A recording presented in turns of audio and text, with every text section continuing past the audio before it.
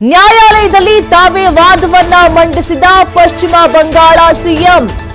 ಚುನಾವಣಾ ಆಯೋಗವು ತನ್ನ ಮನವಿಗಳನ್ನ ನಿರ್ಲಕ್ಷಿಸಿದೆ. ನ್ಯಾಯವು ಮುಚ್ಚಿದ ಬಾಗಿಲುಗಳ ಹಿಂದೆ ಅಳುತ್ತಿದೆ. ದಯವಿಟ್ಟು ಜನರ ಹಕ್ಕುಗಳನ್ನ ರಕ್ಷಿಸಿ ಸರ್. ಕೈ ಜೋಡಿಸಿ ಮನವಿಯನ್ನ ಮಾಡಿದಂತಹ ಮಮತಾ ಬ್ಯಾನರ್ಜಿ ಮನವಿಯನ್ನ ಪುರಸ್ಕರಿಸಿದಂತಹ ಕೋರ್ಟ್ ಚುನಾವಣಾ ಆಯೋಗಕ್ಕೆ ನೋಟಿಸ್ ನೀಡಿದ ಸುಪ್ರೀಂ.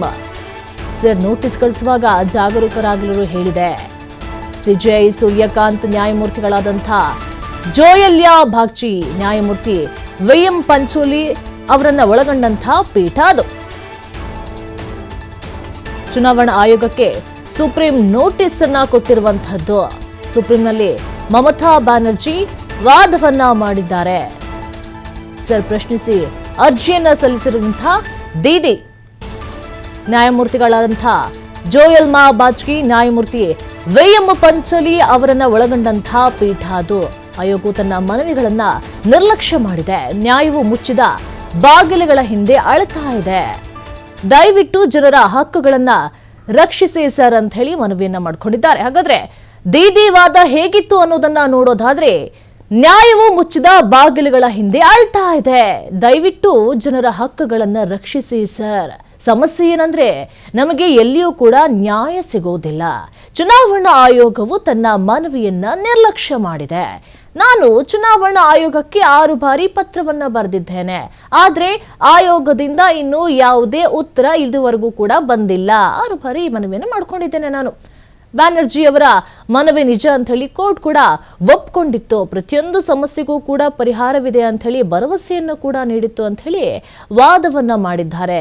ಇನ್ನು ಕೂಡ ಯಾವುದೇ ಉತ್ತರ ಬಂದಿಲ್ಲ. ನಾನು ಚುನಾವಣಾ ಆಯೋಗಕ್ಕೆ 6 ಬಾರಿ ಪತ್ರವನ್ನ ಬರೆದಿದ್ದೇನೆ. ಆದ್ರೆ ಚುನಾವಣಾ ಆಯೋಗ ನನ್ನ ಮನವಿಯನ್ನ ನಿರ್ಲಕ್ಷ್ಯ ಮಾಡಿದೆ.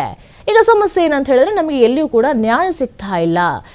ದಯವಿಟ್ಟು ಇದಕ್ಕೆ ನ್ಯಾಯವನ್ನ ದೊರಕಿಸ್ಕೊಡಿ ಅಂತ ಹೇಳಿ ಮನವಿಯನ್ನ ಮಾಡ್ಕೊಂಡಿದ್ದಾರೆ. ನ್ಯಾಯವು ಮುಚ್ಚಿದ ಬಾಗಿಲುಗಳ ಹಿಂದೆ ಅಳ್ತಾ ಇದೆ ಅಂತ ಹೇಳಿ ತನ್ನ ಅಳಲನ್ನ ತೋಡ್ಕೊಂಡಿದ್ದಾರೆ ಮಮತಾ ಬ್ಯಾನರ್ಜಿ ಅವರು. ನಾನು 6 ಬಾರಿ ಪತ್ರವನ್ನ ಬರೆದಿದ್ದೇನೆ, ಆದರೂ ಕೂಡ ಚುನಾವಣಾ ಆಯೋಗದಿಂದ ಯಾವುದೇ ಪ್ರತಿಕ್ರಿಯೆ, ಉತ್ತರ ಇದುವರೆಗೂ ಕೂಡ ಬಂದಿಲ್ಲ ಎನ್ನುವಂತಹ ಮಾತನ್ನ ಹೇಳ್ತಾ ಇದ್ದಾರೆ. ಆಯೋಗವು ನನ್ನ ಮನವಿಗಳನ್ನ ನಿರ್ಲಕ್ಷ್ಯ ಮಾಡಿದೆ.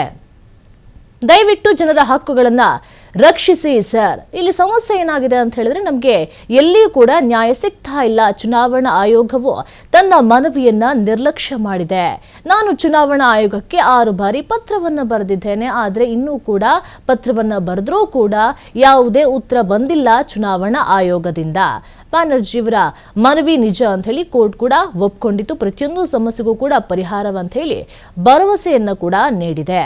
ಹಾಗಾದ್ರೆ ಎಲ್ಲದಕ್ಕೂ ಕೂಡ ಉತ್ತರ ಸಿಗುತ್ತಾ? ಹಾಗಾದ್ರೆ ಚುನಾವಣಾ ಆಯೋಗ ಇನ್ನಾದ್ರೂ ಕೂಡ ಪ್ರತಿಕ್ರಿಯೆಯನ್ನ ಕೊಡುತ್ತಾ? ಇದುವರೆಗೂ ಕೂಡ 6 ಬಾರಿ ಅದನ್ನ ಮನವೊಲಿಸುವಂತ ಪ್ರಯತ್ನವನ್ನು ಕೂಡ ಮಾಡಿದ್ದಾರೆ, ಪ್ರಶ್ನೆಯನ್ನು ಕೂಡ ಮಾಡಿದ್ದಾರೆ. ಆದ್ರೆ ಚುನಾವಣಾ ಆಯೋಗದಿಂದ ಇದುವರೆಗೂ ಕೂಡ ಯಾವುದೇ ಪ್ರತಿಕ್ರಿಯೆ ಆಗಲಿ ಉತ್ತರವಾಗಲಿ ಬಂದಿಲ್ಲ. ಹಾಗಾಗಿ ಇವರು ಕಂಪ್ಲೇಂಟ್ ಅನ್ನ ಮಾಡ್ತಾ ಇದ್ದಾರೆ. ಚುನಾವಣಾ ಆಯೋಗವು ತನ್ನ ಮನವಿಯನ್ನ ನಿರ್ಲಕ್ಷ್ಯ ಮಾಡಿದೆ. ದಯವಿಟ್ಟು ಜನರ ಹಕ್ಕುಗಳನ್ನ ರಕ್ಷಿಸಿ ಅಂತ ಹೇಳಿ ತನ್ನ ಅಳಲನ್ನ ತೋಡ್ಕೊಂಡಿದ್ದಾರೆ. ನ್ಯಾಯವು ಮುಚ್ಚಿದ ಬಾಗಿಲುಗಳ ಹಿಂದೆ ಅಳ್ತಾ ಇದೆ ಅಂತ ಹೇಳ್ತಾ ಇದ್ದಾರೆ. ಸಮಸ್ಯೆ ಜಾಸ್ತಿನೇ ಇದೆ, ಆದ್ರೂ ಕೂಡ ಎಲ್ಲಿಯೂ ನ್ಯಾಯ ಸಿಗ್ತಾ ಇಲ್ಲ. ಚುನಾವಣಾ ಆಯೋಗವು ತಮ್ಮ ಮನವಿಯನ್ನ ನಿರ್ಲಕ್ಷ್ಯ ಮಾಡಿದೆ. ನಾನು ಎಷ್ಟು ಬಾರಿ ಕೂಡ ಪತ್ರವನ್ನ ಬರೆದ್ರೂ ಕೂಡ ಯಾವುದೇ ಪ್ರತಿಕ್ರಿಯೆ ಇಲ್ಲಿವರೆಗೂ ಕೂಡ ಬಂದಿಲ್ಲ, ಉತ್ತರವನ್ನ ಕೊಡ್ಲಿಲ್ಲ ಎನ್ನುವಂತಹ ಮಾತನ್ನು ಕೂಡ ಹೇಳ್ತಾ ಇದ್ದಾರೆ. ಬ್ಯಾನರ್ಜಿಯವರ ಮನವಿ ನಿಜ ಅಂತ ಹೇಳಿ ಕೋರ್ಟ್ ಕೂಡ ಒಪ್ಕೊಂಡಿತ್ತು.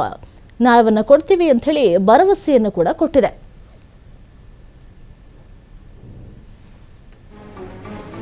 ಜನರ ಹಕ್ಕುಗಳನ್ನ ರಕ್ಷಣೆ ಮಾಡಿ ಎನ್ನುವಂತಹ ಮಾತನ್ನು ಕೂಡ ಹೇಳ್ತಾ ಇದ್ದಾರೆ. ಕೈ ಜೋಡಿಸಿ ಮನವಿಯನ್ನ ಮಾಡಿದಂಥ ಮಮತಾ ಬ್ಯಾನರ್ಜಿ. ಹಾಗಾಗಿ ಮಮತಾ ಬ್ಯಾನರ್ಜಿ ಅವರ ಮನವಿಯನ್ನ ಪುರಸ್ಕಾರ ಮಾಡಿದೆ ಕೋರ್ಟ್.